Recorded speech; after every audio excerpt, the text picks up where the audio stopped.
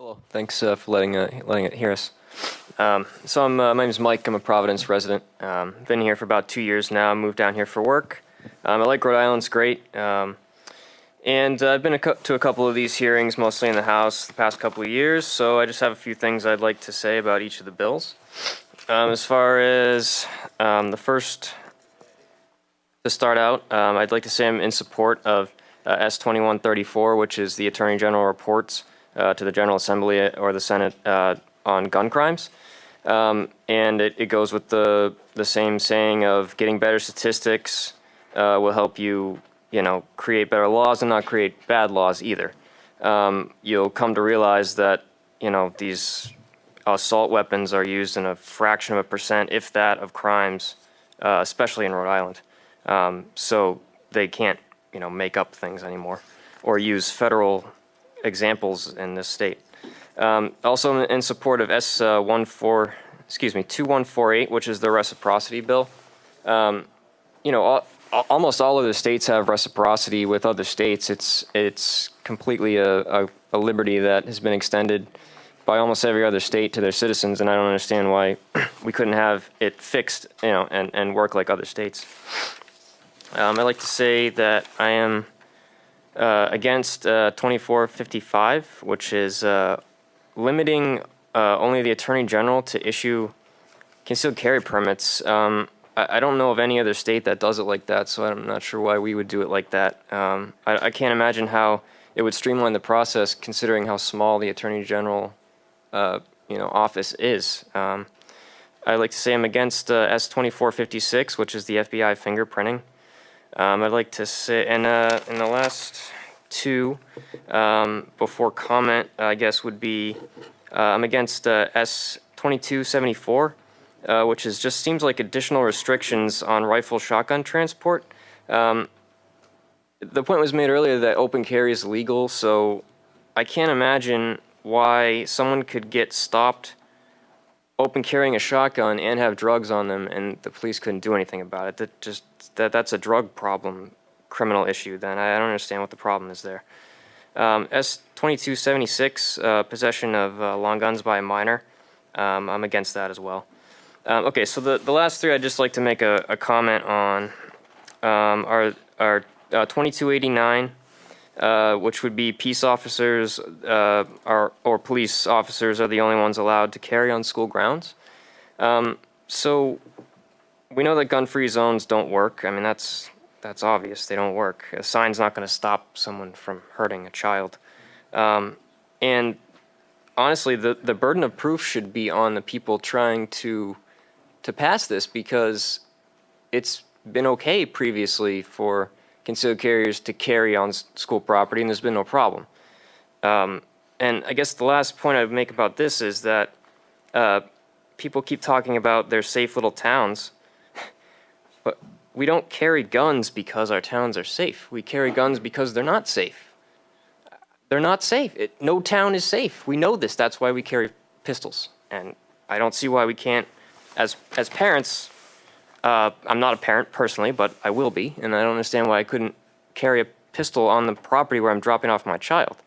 It seems like, they're my duty to protect until I get to public school property, and then a sign that says no guns will protect them from here on out. Well, that doesn't seem to work. As far as the extreme risk red flag bill, I've seen some strange wording in there that seems to get rid of due process, especially with the temporary order. So apparently if the police officer, let's say, thinks there's an even greater, risk than the norm, I guess, to wait 20 days for the court to issue, then they can do the temporary one, and the person who they're trying to save from himself or herself does not get told about it. So how is that due process? I mean, you can't just all of a sudden make someone a criminal for no reason. Okay, health records, those are private. We have HIPAA. That's always been a thing. I don't understand why we can just swipe that off the table. Now, something else that's a little peculiar about the bill is that a petitioner is defined as a Leo, law enforcement officer, or a family member, or a household member. So does that mean a roommate can just order this extreme risk thing on you? I mean, that's ridiculous. So what if your roommate doesn't get along with you and he just wants to take your guns? I mean, it seems strange. So the last part, I guess, would be the family member or the Leo may request a renewal. So if you have had your rights stripped and it didn't go ugly and it was fine, now the police have your guns, it says in the bill that you have to wait a year before you can appeal, or you can appeal and within a year they have to give you your guns back or not. But a family member or a Leo can just request renewal. So a cop that didn't like you could just say, okay, well, I'm just going to keep renewing this over and over again, and you'll never get your guns back. There's no limits to how many times they can renew. It seems to be no burden of proof on the officer or family member to renew. It's just, oh, well, it's already in state, so let's just renew it. And as far as the Leo or the Attorney General as a petitioner, again, yeah, there's very little liability for them to strip you of your rights because you have no recourse, basically. And I guess the last thing I'll say about this, it seems to be that there's a gap in the protection that this is trying to offer. So would this have stopped the Parkland shooter? Perhaps. I'll concede that. But everyone tonight has been talking about local cases of maybe domestic assault or domestic violence or something like that. And to me, so if a 19-year-old girl is, had a bad breakup with her boyfriend or something, and he threatened to hurt her on Monday, and she files the order on Monday, well, the court doesn't have to order until 7 days after. So that means that the maximum it could go is the next Monday. However, if she were to say, okay, well, the court's going to take 7 days, and he threatened to kill me Monday, saying he's going to come Tuesday, I think I'll go buy a firearm to protect myself. Well, she can't do that either because we have a 7-day waiting period. So she can't get the firearm in 7 days, and she can't get the court order in 7 days. So she's got 7 days where someone might hurt her. It seems strange that would be the solution to this problem. As far as the last thing I'll talk about, the assault weapon ban, we've talked about it tonight. Assault weapons is a made-up term. It doesn't mean anything. The action of a firearm is usually what defines it. It can be semi-auto, which means one fire for a pull of the trigger. It can be fully auto, which means you pull the trigger and it keeps cycling till it's out of ammunition. Or it can be a burst, which is sort of in between.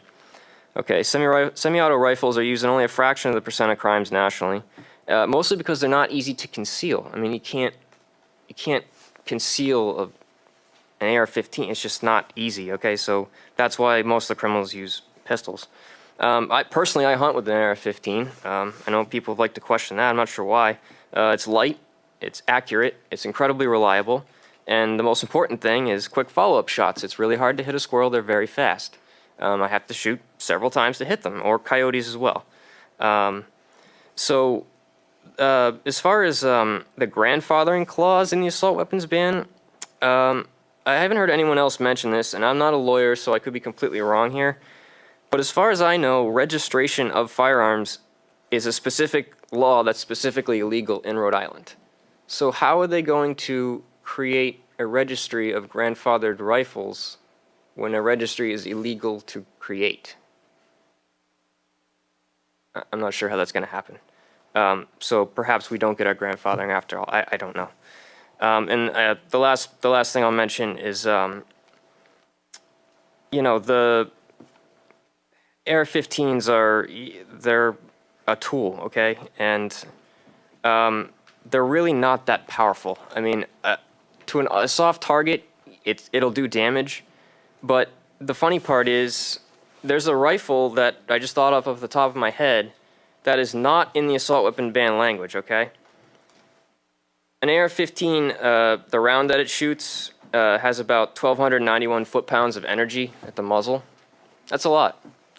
But the rifle that operates the same way, has the same action as an AR-15, was used in World War II as an infantry rifle, shoots a round that has 2,820 foot-pounds of energy. That's twice as powerful as an AR-15, and it operates the same exact way, and it's not in the assault weapons ban. I'm not going to tell you which one it is, but it's just ridiculous that, you know, we're calling an AR-15 of weapons of war because it's just ridiculous. So that's all I have to say. Thank you.